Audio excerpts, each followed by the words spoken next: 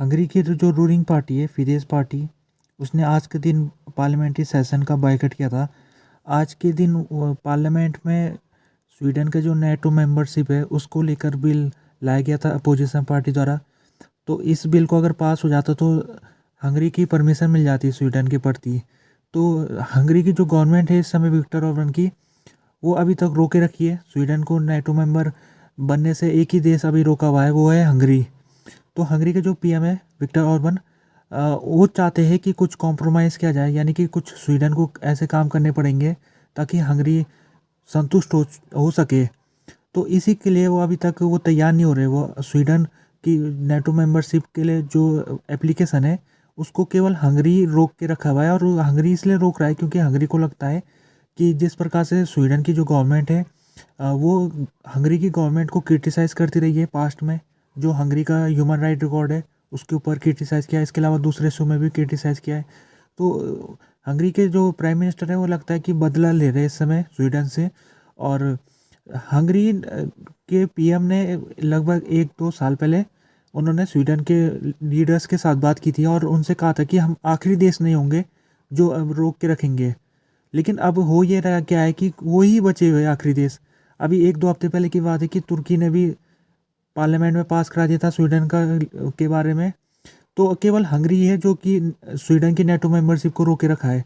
तो इसी को लेकर आज ये पार्लियामेंट्री सेशन अपोजिशन पार्टी द्वारा बुलाया गया था और इसको पहले से तय था कि इसको पास नहीं हो पाएगा क्योंकि जो मेजोरिटी पार्टी है वो आई नहीं आज के दिन पार्लियामेंट में। और जब वोटिंग हुई तो 51 ही मेंबर्स ने इसके सपोर्ट में वोट दिया और जो मेजोरिटी थी वो अब्सेंट होने के कारण इस वोट में मेजोरिटी नहीं आ पाई। तो उसी के हिसाब से तब ये बिल गिर गया। अब इसको फिर से लाएंगे, अब ये पता नहीं है कब लाएंगे, लेकिन जब विक्टर ऑर्बन तैयार होंगे तभी जाके ये पास होगा। तो नेटो के जो एम्बेसडर थे वो भी पार्लियामेंट में पहुंचे हुए थे, वो देख रहे थे जो प्रोसीडिंग थी उसको देख रहे थे। और जिस तरह से नेटो की बात की जाए तो नेटो इस समय विस्तार हो गया, उसके होने हो गया है लगभग। और उसमें एक देश तो पहले से जुड़ गया है, फिनलैंड, उसको मेंबर बन चुका है। फिनलैंड में किसी को कोई ज़्यादा दिक्कत नहीं थी, लेकिन जब स्वीडन का मामला आया तो स्वीडन में दो देशों को बहुत दिक्कत हुई, एक तो हंगरी और दूसरा तुर्की। तुर्की की तो अपनी वजह है क्योंकि तुर्की को लगता है कि पीकेके, एक ये टेररिस्ट ग्रुप है तुर्की का, उसके जो लीडर है वो स्वीडन में वो शरण ले रखी है उन्होंने। तो इसी के ऊपर तुर्की कई लगभग 1-1.5 साल तक उसने रोक के रखा था स्वीडन की जो नेटो मेंबरशिप का। लेकिन रिसेप तैयब एर्दोगान को समझा लिया गया था, जो तुर्की के राष्ट्रपति है। अमेरिका ने उनसे कहा कि आपको हम जो F-16 है, F-35, ये जो मिलिट्री जेट है, हम आपको तभी देंगे जब आप स्वीडन की नेटो मेंबरशिप को आप स्वीकार करोगे। तो तुर्की तो तैयार हो गया था, अभी हुआ था 1-2 हफ्ते पहले की बात है, उसने एग्री कर लिया था। उसके तुर्की के एग्री होने के बाद ऐसा लग रहा था कि हंगरी भी तैयार हो जाएगा, लेकिन हंगरी नहीं हो रहा है तैयार। अब क्यों नहीं हो रहा है ये अभी क्लियर नहीं है। अब विक्टर ऑर्बन कह रहे हैं कि हमको कोई दिक्कत नहीं है, और उन्होंने नेटो के जितने लीडरों के साथ बातचीत की उसमें भी उन्होंने कोई ऐसी बड़ी दिक्कत नहीं बताई है। लेकिन इसके बावजूद भी वो अभी तक अड़े हुए हैं। हो सकता है कि वो इसलिए अड़े हुए हैं क्योंकि उनके जो उनके संबंध है वो रसिया के जो प्रेसिडेंट है पुतिन उनके साथ अच्छे हैं। तो विक्टर ऑर्बन इस समय एकमात्र ऐसे देश है यूरोप में जो यूरोप यूनियन का सदस्य है और साथ में नेटो के सदस्य भी है हंगरी। तो केवल विक्टर ऑर्बन का जो देश जो है हंगरी, वही एकमात्र ऐसा देश है जो अभी रसिया के साथ जिसके संबंध काफ़ी क्लोज है। तो इसका भी एक फैक्टर हो सकता है कि विक्टर ऑर्बन अभी तक स्वीडन की मेंबरशिप को अभी तक वो एक्सेप्ट नहीं कर रहे। और अगर स्वीडन की बात की जाए और फिनलैंड की बात की जाए, जो दो नेटो के मेंबरशिप जिन्होंने एक साथ के लिए एप्लीकेशन दिया था, तो इन दोनों की जो बाउंड्री लगती है वो रसिया से लगती है। तो रसिया से लगने के कारण ही इनको जब लड़ाई शुरू हुई थी यूक्रेन में, इनको भी खतरा लगने लग गया था। तब ये चले गए थे नेटो के पास एप्लीकेशन देने। तो इनका जो एप्लीकेशन थी उसके ऊपर तुरंत काम किया गया। वैसे तो आमतौर में नेटो के लिए कोई एप्लीकेशन देता है तो 5-6 साल लग जाते हैं उसके मेंबर बनने में, लेकिन इन दोनों को जल्दी जल्दी उनको इनके लिए फास्ट ट्रैक कर दी गई थी प्रोसेस। और फिनलैंड तो हो गया था, 1 साल होने भी वाले फिनलैंड को ज्वाइन हुए। और स्वीडन अभी तक वो नहीं हो पाया, जब तक हंगरी परमिशन नहीं देगा तब तक नहीं हो पाएगा वो। अब देखना ये पड़ेगा क्या विक्टर ऑर्बन को, जैसे उन्हें यूक्रेन के मुद्दे में पिछले कुछ दिनों में उनको ब्लैकमेल किया गया था, तो क्या फिर से विक्टर ऑर्बन को ब्लैकमेल किया जाएगा, ये अभी आने वाले दिनों में देखना पड़ेगा।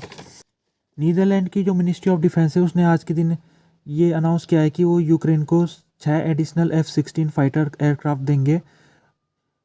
अभी तक उन्होंने 24 F-16 एयरक्राफ्ट को कमिट कर रखा है, अब वो 6 और देंगे तो टोटल मिला के 30 F-16 एयरक्राफ्ट 2024 में यूक्रेन को मिलने। तो यूक्रेन को नीदरलैंड देने वाला है F-16 और इसके अलावा एक और देश है, जैसे बेल्जियम है उसका नाम, वो भी देने वाला है। तो ये 2024 में यूक्रेन में आने लग जाएंगे F-16। और यूक्रेन के जो पायलट है वो सीखने के लिए वो यूरोप के देशों में गए थे ट्रेनिंग लेने, तो अब काफ़ी अच्छा बेस बन गया है यूक्रेन में। और उसमें अगर ये F-16 उसके पास आ जाता है तो फिर उसको इस्तेमाल वो रसिया के ऊपर करेगा लड़ाई में।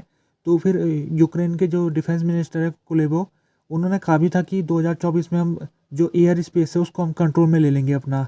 तो उनके जो संकेत था वो यही था कि जब उनके यूक्रेन के जो पार्टनर थे से F-16 यूक्रेन को देने लग जाएंगे तो यूक्रेन फिर अपना जो उसके एयर स्पेस है उसमें वो कब्जा कर लेगा।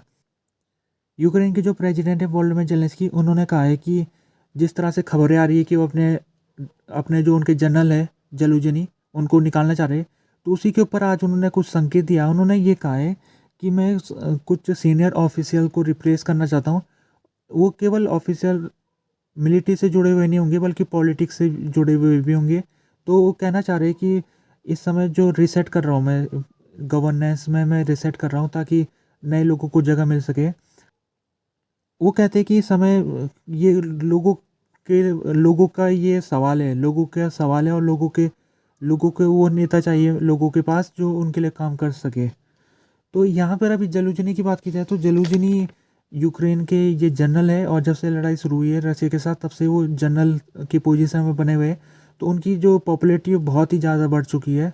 यूक्रेन के जो लोग हैं उनको बहुत ज़्यादा उनका सम्मान करते हैं। तो ये उनको इतना ज़्यादा पॉपुलैरिटी जब उनको मिल चुकी है तो उसका उनको कुछ नुकसान भी हुआ है। जैसे कि जो उनके राइवल है वो अब उनसे डरने लग गए। तो उनमें से एक राइवल उनके ज़ेलेंस्की है।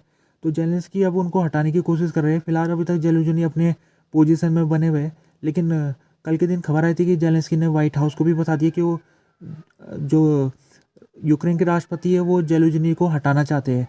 तो ऐसा लग रहा है कि आने वाले कुछ ही दिनों में ज़ेलेंस्की को हटाया जा सकता है। यूक्रेन के राष्ट्रपति ज़ेलेंस्की उन्होंने आज प्रपोजल भेजा है पार्लियामेंट को, और ये इसके प्रपोजल के तहत जो मार्शल लॉ है उसको 90 दिन के लिए बढ़ाना है और जनरल मोबिलाइजेशन को भी 90 दिन के लिए बढ़ाना है। तो मार्शल लॉ लड़ाई शुरू होने के बाद तुरंत बाद इसको यूक्रेन में लगा दिया गया था। मार्शल लॉ के तहत रात के समय 4 लोग इकट्ठा नहीं हो सकते एक जगह में। और जो जनरल मोबिलाइजेशन है उसमें 18 से लेकर 60 साल तक जो मेल है यूक्रेन में, मेल यानी पुरुष व्यक्ति, उनको कभी भी सेना में बुलाया जा सकता है। तो ये 2 लॉ के हिसाब से जब से लड़ाई शुरू हुई है तब से ये दोनों लॉ साथ साथ अभी लागू हो रखे। तो इनको हर 90 दिन में इनको वैलिडिटी इनकी ख़त्म हो जाती है, तो इसको फिर लॉ पास करने के बाद बढ़ाना पड़ता है। तो आज के दिन ज़ेलेंस्की ने ये प्रपोजल भेज दिया पार्लियामेंट को और पार्लियामेंट इसके ऊपर डिबेट करके इसको 90 दिन के लिए बढ़ा देगी।